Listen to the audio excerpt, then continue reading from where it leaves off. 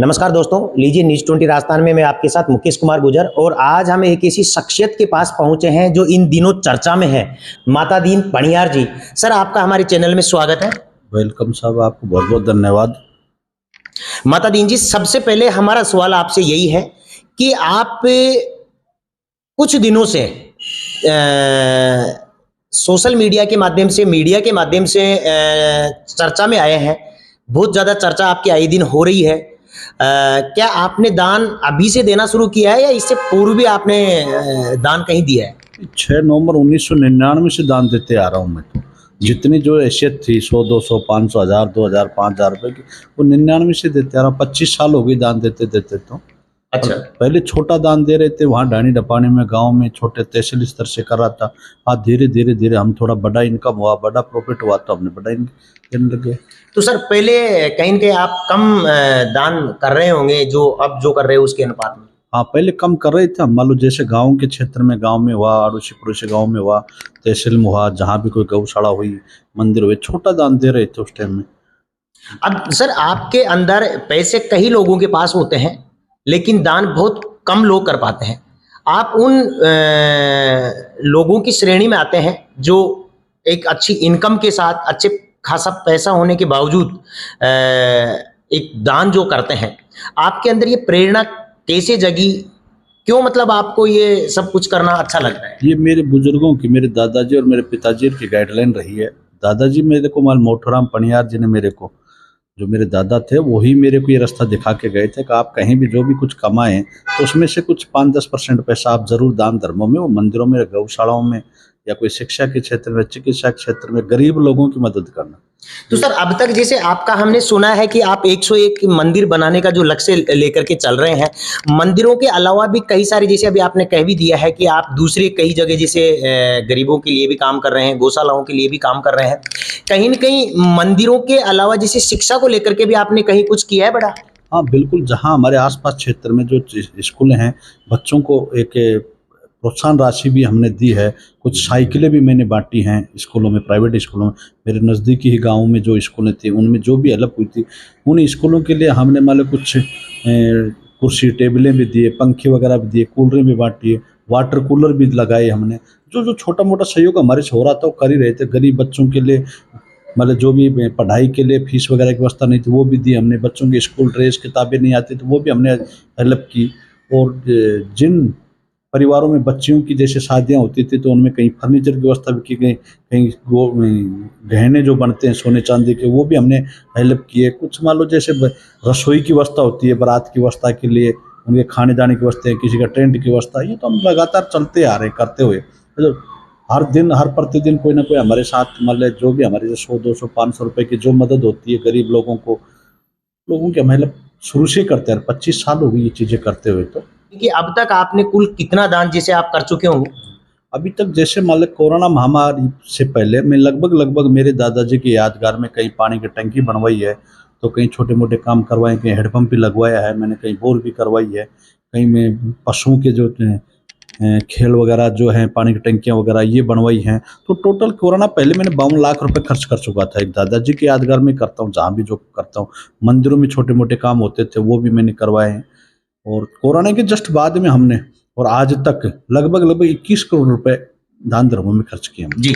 क्या सर, आप एक ओपनिंग मदद करते हैं लोगों की, या कुछ चिन्हित लोग जो है उनको आप चिन्हित करके भी उनकी मदद आपने की है, जो आज आप बता सकते हैं कि आपने 100, 200, 300 परिवारों को जो एक संबल प्रदान किया है, या फिर एक ओपनिंग जैसे जहाँ कहीं भी मिल जाते हैं उनकी मदद करते हो? नहीं, ओपनिंग है हमारे, तो जहाँ जो मिल जाता है, जो हमारे पास आ जाता है, मिल जाता है, पता चल जाता है कि ये मतलब गरीब है, ये मतलब अपंग है, विकलांग है, या जो भी जिनको मतलब, काफ़ी लोगों को, विकलांगों को भी हमने मदद कर दी है।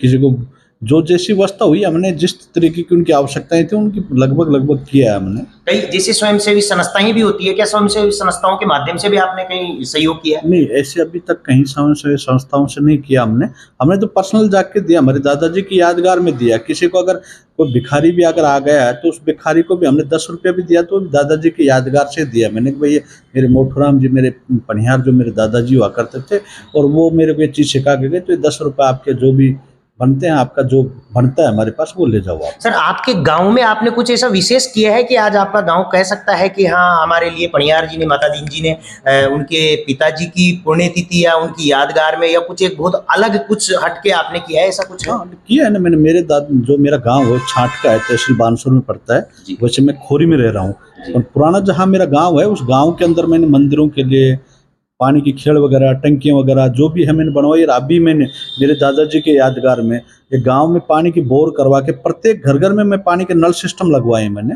जी। और जो जंगल पशुओं के लिए मैंने मतलब बड़ी बड़ी खेड़ियाँ बनवाई हैं, काफ़ी जगह बनवा रखा है मैंने। हर जगह छापरा के पास त्रिवेणी में बनवा रखा है, मतलब बालाजी में भी बना रखी है, मतलब पानी की टंकियाँ जानवरों को पानी पीने के लिए बना रखे हैं। खाटू श्याम जी में बनवा रखी है। काफ़ी ऐसी जगह हैं जहाँ जंगल मिलता है, वहाँ हमने पानी की सुविधाएं भी कोशिश की है। अभी खोरी के अंदर मतलब पानी की बोर करवाने के लिए भी मशीन लगी हुई है वहाँ। तो एक संत है और वहाँ पहाड़ है नज़दीकी, तो जानवर वगैरह पानी भी पी ले। और एक संत भी रह रहा है त्यागी जी महाराज, वहाँ भी हमने बोर के लिए मतलब बोर करवा रहे हैं, भी मशीनें लगी हुई हैं। सर ये जैसे आप मंदिरों की बात कर रहे हैं, मंदिरों के साथ अगर अपन शिक्षा के मंदिर स्कूलों को जोड़ें तो क्या ऐसा भी कोई उदाहरण है आपके अब तक के जो समय रहा है, आपके दानवीर का जो समय रहा है, उसमें कोई स्कूल आपने विशेष या कोई जिसको हम कहें लाइब्रेरी, क्या ओपनिंग ऐसी की है आपने कहीं? नहीं, अभी तक हम स्कूलों वैसे कर पा रहे थे। जैसे बासना मेरे नज़दीक है, वहाँ एक सरस्वती स्कूल है 12वीं क्लास तक, उनके मतलब हमने बच्चों के लिए, जैसे उनका 11वीं क्लास वालों के लिए हमने टेबल कुर्सियाँ दी हैं बैठने के लिए, पंखे दिए हैं। सर आप इतने बड़े दानवीर हैं, करोड़ों का दान आप कर रहे हैं और ये बिल्कुल अच्छी बात है, दान करना जितना भी जो भी करते हैं बहुत अच्छी बात है। मगर जब आप इतने बड़े दानवीर हैं और आपके जैसे कुछ बयान हमने सुना भी है कि आप देवधाम जोधपुरिया को लेकर के आपका एक इंटरव्यू में हम सुन रहे थे कि आप कुछ ऐसा वहाँ करने जा रहे हैं, उस बिंदु पर हम बाद में आएंगे कि एक इतिहास जो मतलब हम वहाँ रचेंगे, कहने का मतलब ऐसा कि जो अब तक किसी ने नहीं किया, ऐसा मतलब आप बयान दे रहे हैं। लेकिन अगर जब इतना बड़ा आपका दिल है, इतना बड़ा कुछ कर रहे हैं, तो आपको कुछ अलग से भी जैसे करना चाहिए था। कोई लाइब्रेरी है या स्कूल है? उसके लिए अभी हमने काम चालू कर रखा है। 1 जनवरी से मोठोराम पनियार के नाम से जो भी लाइब्रेरियों का हमने काम चालू कर रखा है। जैसे जितनी भी हमारी साइट है, त्रिवेणी में हुआ, मतलब खाटू श्याम जी हुआ, मेहंदीपुर बालाजी हुआ, जयपुर में भी हम इसकी प्लानिंग कर रहे हैं।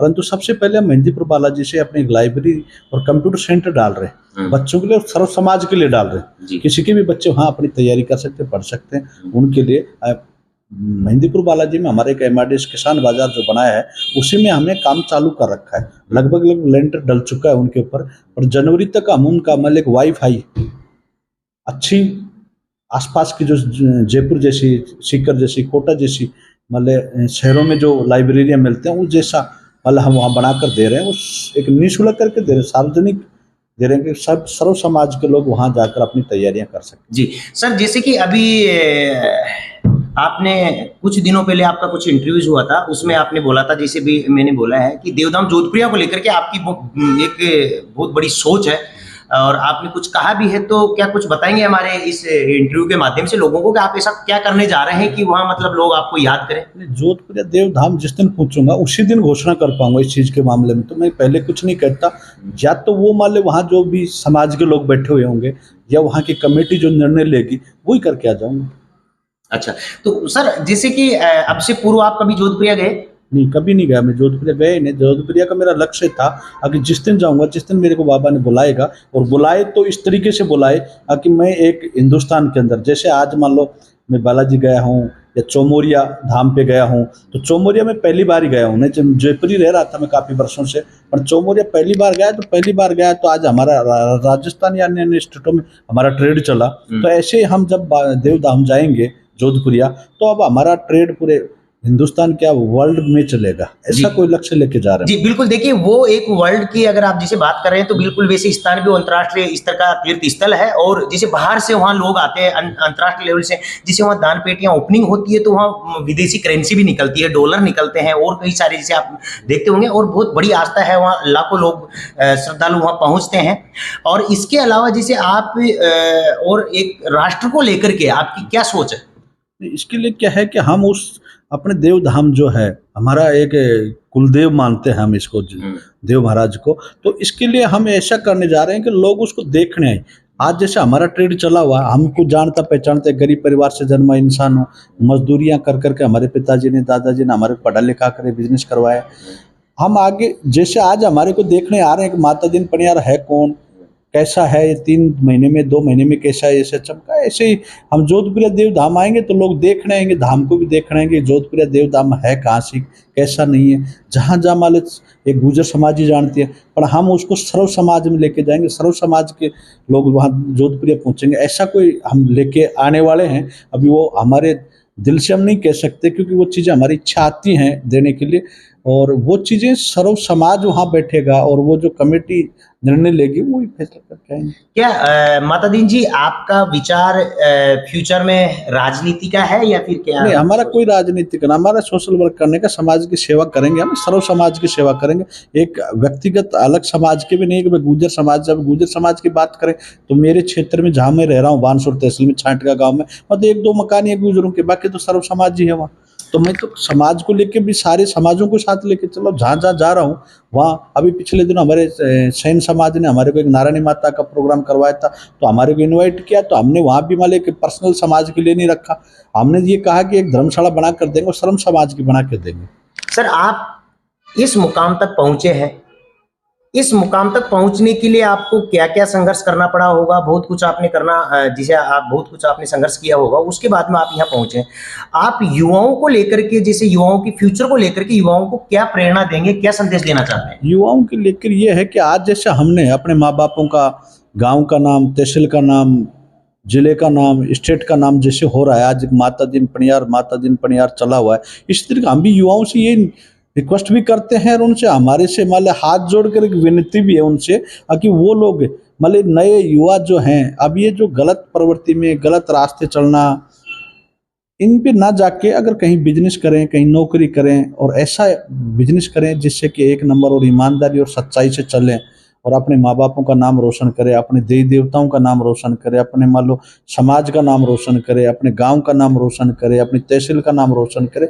यही मेरी युवाओं सब वो है कि अपराध की प्रवृत्ति में ना जाके युवा और गलत नीतियों में ना फंस के और गलत तरीके से ना काम करके ऐसा काम करें जिसका नाज मतलब पूरे सर्व समाज उनका एक सम्मान करे। इस तरीके का कोई बिजनेस व्यापार कर ले या चाहे कहीं नौकरी कर ले, पर एक सम्मान से जिए। जी, तो देखिए मित्रों, ये थे आपके हमारे सामने अभी माता दीन जी पनियार जी, और इनका कहना है कि एक तरीके से जो है पूरा जीवन इन्होंने एक स्ट्रगल जो किया है, बहुत कड़ी मेहनत करके इस मुकाम तक ये पहुंचे हैं, और आज गरीब शोषित पीड़ित लोगों की आवाज़ बन करके, उनकी सेवा करके, और एक आध्यात्मिक क्षेत्र में जो हमारा एक ऋषि मुनियों की जो परंपरा रही थी, हमारा जो भारतवर्ष ऋषि मुनियों का जो देश कहा जाता है, उनके अंदर एक हमारे मंदिरों की जो इन्होंने 101 मंदिर बनाने की जो एक प्रण जो जिन्होंने लिया है, उसकी तरफ ये बढ़ रहे हैं और गरीबों की भी ये सेवा कर रहे हैं। और खास करके इनका कहना है कि युवाओं को गलत दिशा में नहीं जाकर के अच्छी दिशा की तरफ प्रयास करना चाहिए। वाकई ऐसे जो दानवीर है, एक ऐसे दानदाता है, ऐसे भामाशाह है, वाकई बहुत कम लोग जो है हमें देखने को मिलते हैं। पैसे वाले बहुत कुछ होते हैं, लेकिन ऐसा दान करना, एक ऐसा समाज के लिए, 36 कौम के लिए और राष्ट्र हित में जो एक सोच रखते हैं, बहुत कम लोग होते हैं। और उसी कड़ी में आज जो है आपके हमारे सामने इस खास मुलाकात में जो है माता दीन पनियार जी जो है, आप हम सभी को जो अपने विचार रखें, बिल्कुल हमें खास उम्मीद है कि हम बिल्कुल इनके विचारों से प्रेरित होकर के अपने जीवन में कुछ खासा अच्छा करेंगे। तो इसी खास मुलाकात में इतना ही। नमस्कार।